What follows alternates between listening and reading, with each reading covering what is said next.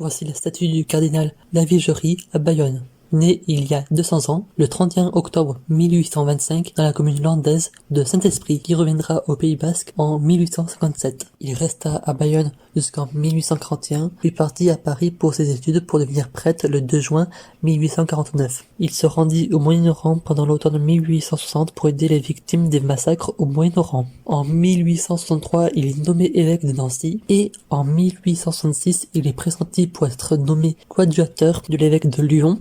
Mais il voit cette attribution comme une récompense du gouvernement français, alors que le Concordat est encore en vigueur dans toute la France. Il préfère accepter la proposition du maréchal de Mac-Mahon, gouverneur général de l'Algérie, qui lui propose le diocèse d'Alger, dont il est l'évêque de 1867 jusqu'à 1892.